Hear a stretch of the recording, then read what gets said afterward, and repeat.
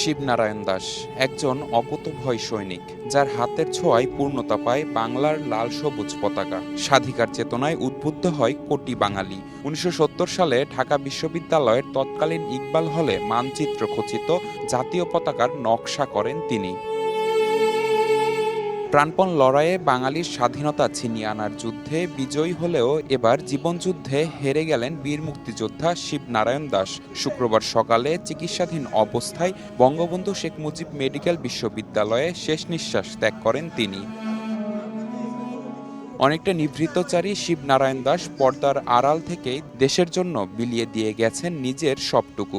তাই তো মৃত্যুর খবর পেয়ে হাসপাতালে চলে আসেন স্বজন ও সহযোদ্ধারা। পতাকা যেটা শুরু হয় জয় বাংলা ব্রিগেডের পতাকা, উনি খুব ভালো আঁকতেন।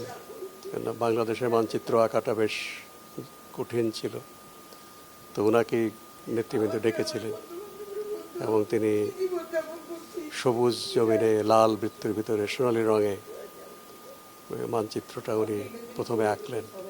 মুক্তিযোদ্ধারা একে একে চলে যাচ্ছে।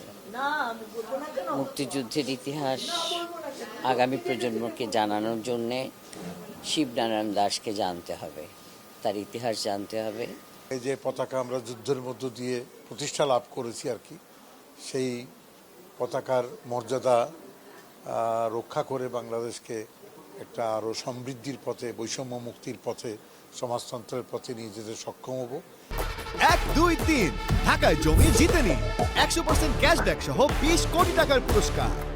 মৃত্যুর আগেও দেশ ও দেশের মানুষের কল্যাণ কামনা থেকে বিচ্যুত হননি শিবনারায়ণ। দান করে গেছেন নিজের দেহ ও স্বপ্নভরা দু চোখ। শনিবার সকাল 10টায় কেন্দ্রীয় শহীদ মিনারে শ্রদ্ধা জানানো হবে অকুতোভয় এই যোদ্ধাকে। এরপর শ্রদ্ধা নিবেদনের জন্য মরদেহ নেওয়া হবে কুমিল্লা টাউন হলে।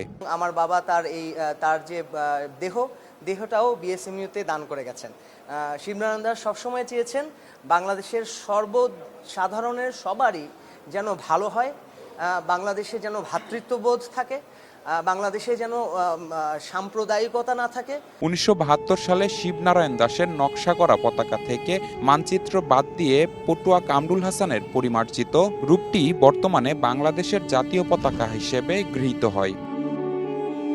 নিবিড় সাহা, সময় সংবাদ, ঢাকা।